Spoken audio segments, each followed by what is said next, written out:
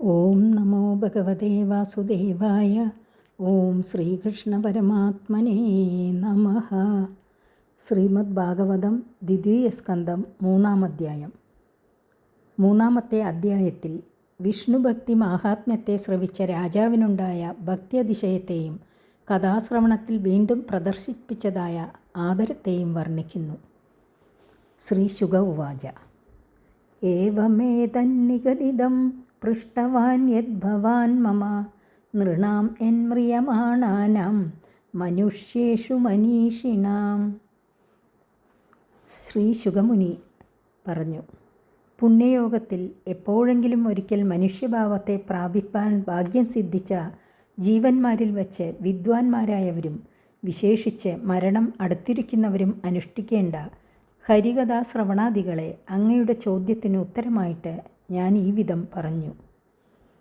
ബ്രഹ്മവർച്ചസകാമസ്തു യജേത ബ്രഹ്മണസ്പതിം ഇന്ദ്രമിന്ദ്രിയകാമസ്തു പ്രജാകാമ പ്രജാപതീൻ. വിഷ്ണുവിനെ ഒഴിച്ച് മറ്റുള്ള ദേവന്മാരെ ഭജിക്കുന്നത് പുത്രാദികളെ സ്നേഹിക്കുന്നത് കൊണ്ടുണ്ടാകുന്നതുപോലെ തുച്ഛഫലങ്ങളെ നൽകുന്നതിന് ഉപകരിക്കുന്നതല്ലാതെ നാശരഹിതമായ പരമഫലത്തെ പ്രാപിക്കുന്നതിന് ഉപകരിക്കാത്തതാകയാൽ അതും ഉപേക്ഷിക്കേണ്ടതാണെന്ന് ഉറപ്പിക്കുവാൻ വിചാരിക്കുന്ന ശുകമുനി മന്ദമതികൾ ആഗ്രഹിക്കുന്നതിനെ സാധിപ്പിക്കുന്നതായ അന്യദേവതാ ഭജനക്രമത്തെ പറയുന്നു. ബ്രഹ്മ തേജസ് ഉണ്ടാകണമെന്ന് ആഗ്രഹിക്കുന്നവൻ വേദകർത്താവായ ബ്രഹ്മദേവനെയും ഇന്ദ്രിയ പാടവത്തെയും സുഖത്തെയും ആശിക്കുന്നവൻ ഇന്ദ്രനെയും സന്താനങ്ങളെ ഇച്ഛിക്കുന്നവൻ ദക്ഷൻ മുതലായ പ്രജാപതികളെയും ഭജിക്കണം. ദേവീ മായാതു ശ്രീകാമസ്തേജസ്കാമോ വിഭാവസും വസുകാമോ വസൂൻ രുദ്രാൻ വീര്യകാമോ ദവീര്യവാൻ. ഐശ്വര്യം ആഗ്രഹിക്കുന്നവൻ ശ്രീ ദുർഗാദേവിയെയും പ്രഭാവത്തെ കാക്ഷിക്കുന്നവൻ അഗ്നിദേവനെയും ധനം ആഗ്രഹിക്കുന്നവൻ അഷ്ടവസുക്കളെയും വീര്യമാശിക്കുന്നവൻ ശിരശ്ഛേദം മുതലായ ഘോരകർമ്മങ്ങളെ ചെയ്യുവാൻ ഒരുക്കമുള്ളവനായിട്ട് രുദ്രന്മാരെയും യജിക്കണം. അന്നാദ്യകാമസ്തുതിദീം സ്വർഗകാമോദിതേ സുതാൻ വിശ്വാൻ ദേവാൻ രാജ്യകാമഃ സാധ്യാൻ സംസാദകോ വിശാം. ഭോജ്യ ഭക്ഷ്യാദി പദാർത്ഥങ്ങളെ ആഗ്രഹിക്കുന്നവൻ അതിഥിയെയും സ്വർഗത്തെ ആഗ്രഹിക്കുന്നവൻ അതിഥിപുത്രന്മാരായ 12 ആദിത്യന്മാരെയും രാജ്യത്തെ ആഗ്രഹിക്കുന്നവൻ വിശ്വദേവന്മാരെയും ദേശത്തിലുള്ള ജനങ്ങൾ തൻ്റെ ചൊൽക്കീഴിൽ നിൽക്കണമെന്ന് ആഗ്രഹിക്കുന്നവൻ സാധ്യന്മാരെന്ന ദേവന്മാരെയും യജിക്കണം. ആയുഷ്കാമോ അശ്വിനോ ദേവോ പുഷ്ടികാമ ഇളാം യജേത് പ്രതിഷ്ഠാകാമ പുരുഷോ രോദസീ ലോകമാതരോ. ദീർഘായുസിനെ ആഗ്രഹിക്കുന്നവൻ അശ്വിനി ദേവന്മാരെയും അഭിവൃദ്ധിയെ ആഗ്രഹിക്കുന്നവൻ ഭൂമിദേവിയെയും സ്ഥാനത്തിൽ നിന്ന് താഴ്ച വരാതെ സ്ഥിരപ്രതിഷ്ഠയെ ആഗ്രഹിക്കുന്നവൻ ലോകമാതാപിതാക്കന്മാരായിരിക്കുന്ന ദ്യാവാഭൂമികളെയും യജിക്കണം. രൂപാഭികാമോ ഗന്ധർവാൻ സ്ത്രീകാമോപ്സര ഉർവശീം ആധിപത്യകാമ സർവേഷാം യജേത പരമേഷ്ഠിനം. സൗന്ദര്യം അധികമുണ്ടാകണമെന്ന് ആശിക്കുന്നവൻ ഗന്ധർവന്മാരെയും സ്ത്രീയെ ആഗ്രഹിക്കുന്നവൻ അപ്സര സ്ത്രീയായ ഉർവശിയെയും എല്ലാവർക്കും അധിപനായിരിക്കണമെന്ന് ആഗ്രഹിക്കുന്നവൻ ബ്രഹ്മാവിനെയും പൂജിക്കണം. യത്നം യജേദ്യശസ്കാമഃ കോശകാമ പ്രചേതസം വിദ്യാകാമസ്തു ഗിരിശം ദാമ്പത്യാർത്ഥ ഉമാം സതീം.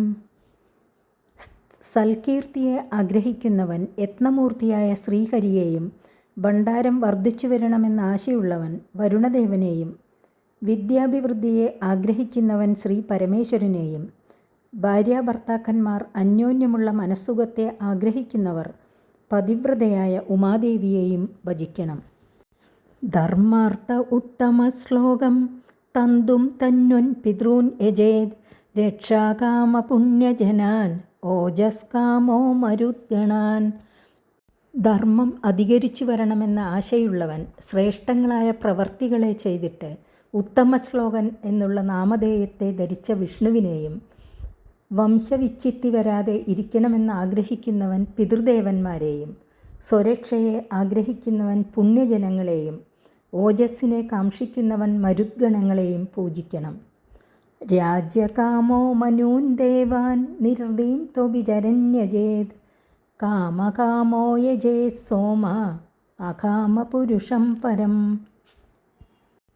രാജ്യത്തിൽ രാജാവായിരിക്കണമെന്ന ആശയുള്ളവൻ മന്വന്തരങ്ങളെ പരിപാലിക്കുന്ന ദേവന്മാരെയും, ശത്രുക്കൾ നശിക്കണമെന്ന് ആഗ്രഹിക്കുന്നവൻ വരുണനെയും, ഭോഗങ്ങളെ ആഗ്രഹിക്കുന്നവൻ ചന്ദ്രനെയും, ഒന്നിലും ആഗ്രഹമില്ലാത്തവൻ പ്രകൃതിയിൽ നിന്ന് വിട്ടിരിക്കുന്ന ഈശ്വരനെയും പൂജിക്കണം. അകാമ സർവകാമോ വാ മോക്ഷകാമ ഉദാരദീഹി തീവ്രേണ ഭക്തിയോഗേന യജേത പുരുഷം പരം. ഒന്നിന്മേലും ആഗ്രഹമില്ലാത്തവനും മുകളിൽ വിവരിച്ച എല്ലാറ്റിനെയും ആഗ്രഹിക്കുന്നവനും, ഉത്കൃഷ്ട വിചാരത്തോടുകൂടെ മോക്ഷത്തെ ആഗ്രഹിക്കുന്നവനും, ഇളക്കമില്ലാത്തതായ ഭക്തിയോഗം കൊണ്ട് പരിപൂർണനായിരിക്കുന്ന പരമപുരുഷനെ പൂജിക്കണം. പരമപുരുഷനായ മഹാവിഷ്ണുവാകട്ടെ ഐഹികമായ സകല സുഖത്തെയും അവസാനത്തിൽ മോക്ഷത്തെയും നൽകും. അതുകൊണ്ട് വിഷ്ണു ഭജനം തന്നെ ഉത്തമമെന്ന് സ്പഷ്ടമാക്കിയിരിക്കുന്നു. ഏതാവാനൈവ യജതാ ഇഹ നിശ്രേയസോദയഃ ഭഗവത്യജലോ ഭാവോ യദ്ഭാഗവതസംഗതഃ. മുൻപറഞ്ഞ നാനാ ദേവതകളെ പൂജിക്കുന്നതിൻ്റെയും പരമഫലം ഭക്തിയോഗപ്രാപ്തിയാണെന്ന് സിദ്ധാന്തിക്കുന്നു.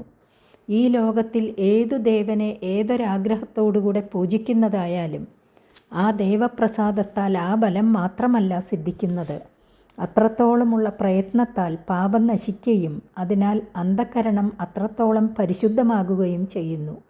അതുനിമിത്തം ഭഗവത് ഭക്തന്മാരോടുകൂടിയുള്ള ചേർച്ചയും തദ്വാര ഭഗവാനിൽ ഉറപ്പോടുകൂടിയ ഭക്തിഭാവവും ഉത്ഭവിക്കുന്നു. അതുതന്നെയാണ് എല്ലാ ഭജനത്തിൻ്റെയും രണ്ട് വിധമായ ബലം. ഒന്ന് ആഗ്രഹം സാധിക്കുന്നത്, മറ്റൊന്ന് ചിത്തശുദ്ധി ദ്വാര ഭഗവത് ഭക്തിഭാവം. ഭഗവത് ഭക്തന്മാരുടെ സംഘം നിമിത്തം സിദ്ധിക്കുന്ന ഹരികഥയുടെ മാഹാത്മ്യത്തെ സൂചിപ്പിക്കുന്നു.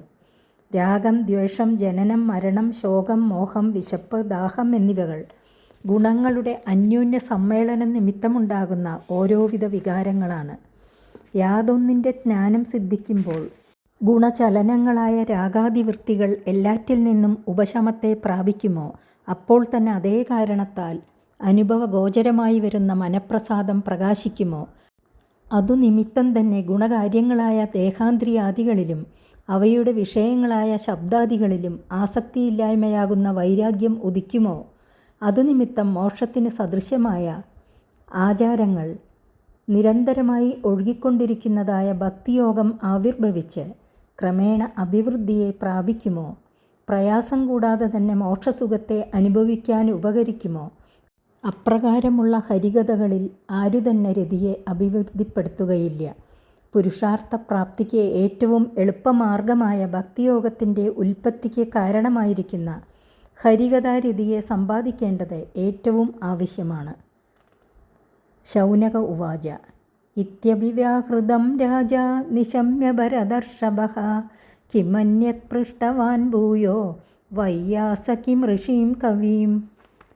ശൗനകൻ ചോദിച്ചു, ഭരതകുലത്തിൽ ജനിച്ചവരിൽ വെച്ച് മഹാഭാഗ്യവാനായ പരീക്ഷിത്തു മഹാരാജാവ് ബ്രഹ്മത്തെ അറിഞ്ഞവനും ശബ്ദബ്രഹ്മത്തിൽ രമിക്കുന്നവനും വ്യാസപുത്രനുമായ ശുഗർ മേൽപ്രകാരം പറഞ്ഞതിനെ കേട്ടതിൽ പിന്നെ മറ്റെന്തൊന്നാണ് ചോദിച്ചത്?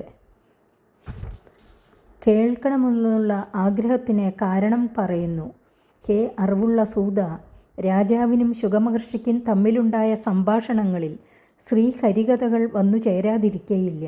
സജ്ജനങ്ങളുടെ സദസ്സിൽ തുച്ഛകളായ കഥകൾ സംഭവിക്കുകയില്ല. അതുകൊണ്ടാണ് അവരുടെ സംഭാഷണം കേൾക്കണമെന്ന് ആഗ്രഹിക്കുന്നത്. അതിനാൽ അതിനെ നീ ഞങ്ങളോട് പറയുവാൻ അർഹനാകുന്നു. മഹാപരാക്രമശാലിയും പാണ്ഡവകുലത്തിൽ ജനിച്ചവനുമായ ആ പരീക്ഷിത്തു മഹാരാജാവ് ഭഗവത് ഭക്തനാണെന്ന സംഗതി സുപ്രസിദ്ധമാണല്ലോ.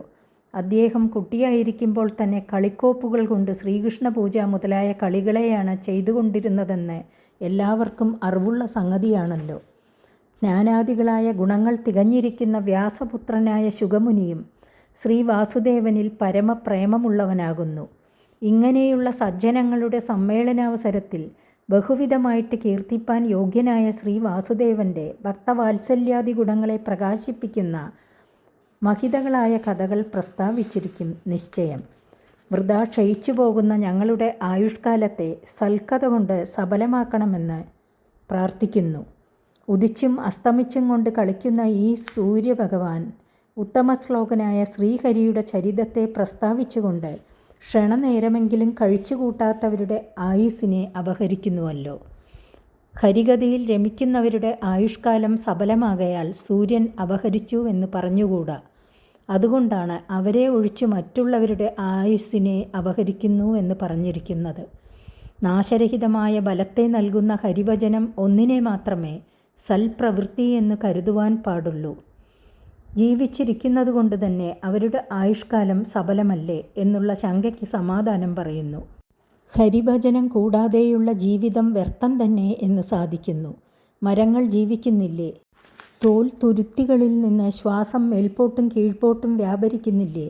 നായ്ക്കൾ, പന്നികൾ മുതലായ ഗ്രാമങ്ങളിലുള്ള മൃഗങ്ങൾ ഭക്ഷണം എടുക്കാറില്ലയോ? ഇണകളോട് ചേർന്ന് സുഖിക്കാറില്ലേ? ഏതൊരുവൻ്റെ ശ്രോത്രത്തിൽ ശ്രീകൃഷ്ണനാമധേയം ഒരിക്കലെങ്കിലും പ്രവേശിക്കാതിരിക്കുന്നുവോ അവൻ നായ, പന്നി, ഒട്ടകം, കഴുത എന്നീ മൃഗങ്ങൾക്ക് തുല്യമായ ഒരു മനുഷ്യമൃഗം മാത്രമാകുന്നു. അവനെ ആരും ആദരിക്കാതിരിക്കയാൽ നായയ്ക്ക് തുല്യൻ. തുച്ഛങ്ങളായ വിഷയങ്ങളിൽ താൽപ്പര്യമുള്ളവനാകയാൽ അമേദ്യം തിന്നുന്ന പന്നികൾക്ക് സദൃശൻ. ദുഃഖത്തെ നൽകുന്ന വിഷയങ്ങളെ ഇഷ്ടപ്പെടുന്നവനാകയാൽ മുള്ളുകളുള്ള ചെടികളെ ആഗ്രഹിക്കുന്ന ഒട്ടകത്തോട് ഉപമിക്കാവുന്നവൻ. സുഖദുഃഖങ്ങൾ, പുണ്യപാപങ്ങൾ എന്നീ ഭാരങ്ങളെ വഹിക്കുന്നവനാകയാൽ ചുമടെടുക്കുന്ന കഴുതയ്ക്ക് സദൃശൻ. ഹരിഭജനം ചെയ്യാത്തവൻ്റെ ശരീരാവയവങ്ങളും നിഷ്ഫലമെന്നുറപ്പിക്കുന്നു. മഹാപരാക്രമങ്ങളെ ലോകത്തിൽ പ്രകാശിപ്പിച്ച ഭഗവാന്റെ പലവിധങ്ങളായ ഉദാരചേഷ്ടിതങ്ങളെ കേൾക്കാതെയുള്ള കർണപുടങ്ങൾ സർപ്പത്തിന് വസിപ്പാനുള്ള ദ്വാരങ്ങൾ പോലെ വെറും 2 ദ്വാരങ്ങൾ എന്നു മാത്രം. അത് മഹാകഷ്ടം. ഭഗവാന്റെ ചരിത്രങ്ങളെ കീർത്തനം ചെയ്യാത്ത നാവ് തവളയുടെ നാവെന്ന പോലെ നിഷ്ഫല ശബ്ദങ്ങളെ ഉച്ചരിക്കുന്നതിനാൽ അമംഗളമായതാകുന്നു. ഒരു വീട്ടിനുള്ളിലുള്ള ദ്വാരത്തിൽ വസിക്കുന്ന സർപ്പം വീട്ടുടമസ്ഥനെ തന്നെ നശിപ്പിക്കുന്നത് പോലെ അസൽ കഥകളെ കേൾക്കുന്ന കർണദ്വാരങ്ങൾ ശരീരത്തിൽ ഇരിക്കുന്ന ജീവാത്മാവിനെ നരകത്തിൽ വീഴ്ത്തുന്നു. അതുകൊണ്ടാണ് സർപ്പവാസസ്ഥാനങ്ങളായ ദ്വാരങ്ങളെന്ന് പ്രകാശിപ്പിച്ചത്. പട്ടുവസ്ത്രം കൊണ്ടുള്ള തലപ്പാവ് ധരിച്ചതാണെങ്കിലും ശിരസ് മുക്തിയെ നൽകുന്ന ഭഗവാനെ നമസ്കരിക്കാത്തതായിരുന്നാൽ വെറും ഭാരം തന്നെ. ഏറ്റവും ശോഭയുള്ള സ്വർണ്ണവളകളെ കൊണ്ട് അലങ്കരിച്ചവയാണെങ്കിലും കൈകൾ ഭഗവാന്റെ പൂജ ചെയ്യാതിരിക്കുന്നവയാണെങ്കിൽ ശവത്തിൻ്റെ കൈകൾ തന്നെ. ആ കൈകൾ കൊണ്ട് സമർപ്പിക്കുന്ന പിണ്ടോദകാദികളെ പിതൃക്കളും ദേവന്മാരും സ്വീകരിക്കുകയില്ല. സർവവ്യാപിയായിരിക്കുന്ന ഭഗവാന്റെ മൂർത്തികളെ ദർശിക്കാതിരിക്കുന്ന മനുഷ്യരുടെ കണ്ണുകൾ മയിൽപ്പീലി കണ്ണുകളോട് സദൃശങ്ങൾ. ശ്രീഹരിയെ പ്രതിഷ്ഠിച്ച് പൂജിക്കുന്ന ക്ഷേത്രങ്ങളെ പ്രദക്ഷിണാദികൾ ചെയ്യാത്തതായ മനുഷ്യരുടെ കാലുകൾ സഞ്ചരിപ്പാൻ കഴിയാതെ നിൽക്കുന്ന വൃക്ഷമൂലങ്ങളോട് സമാനങ്ങളാകുന്നു. ശ്രീ ഭഗവാന്റെ ഭക്തന്മാരുടെ പാദധൂളി ഏൽക്കാൻ ഒരു കാലത്തും സാധിക്കാതിരിക്കുന്ന മനുഷ്യൻ ജീവിച്ചിരിക്കുന്ന ശവത്തോട് തുല്യൻ. ശ്രീ വിഷ്ണുവിൻ്റെ പാദത്തിൽ പൂജിച്ച തുളസിയുടെ ഗന്ധത്തെ ആക്രാണിച്ചു സന്തോഷിക്കാത്ത മനുഷ്യൻ ശ്വാസം വിട്ടുകൊണ്ടിരിക്കുന്ന ശവത്തിനു തുല്യൻ. ഹരിനാമധേയങ്ങളെ ഉച്ചരിക്കുമ്പോൾ രോമാഞ്ചം, ആനന്ദബാഷ്പം എന്നിങ്ങനെയുള്ള വികാരങ്ങളാൽ ഏതൊരു ചിത്തം ആർദ്രമായി ഭവിക്കുന്നില്ലയോ ആ ഹൃദയം കല്ലുപോലെ കഠിനമായിരിക്കുന്ന എന്തോ ഒരു പദാർത്ഥമെന്നല്ലാതെ മനുഷ്യ ഹൃദയമാണെന്ന് വിചാരിക്കത്തക്കതല്ല. അദാഭിദേഹംഗമനോനുകൂലം പ്രഭാഷസേ ഭാഗവത പ്രധാനഃ യഥാഹ വയ്യാസകിരാത്മവിദ്യ വിശാരദോ നൃപതിം സാധുപൃഷ്ടഃ.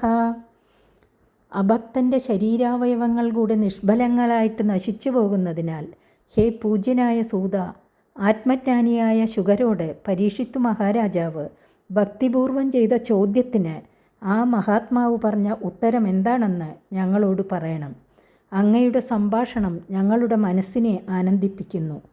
3-ാമത്തെ അധ്യായം സമാപിച്ചു. 4-ാമത്തെ അധ്യായം അടുത്ത ദിവസം. ഹരി ഓം.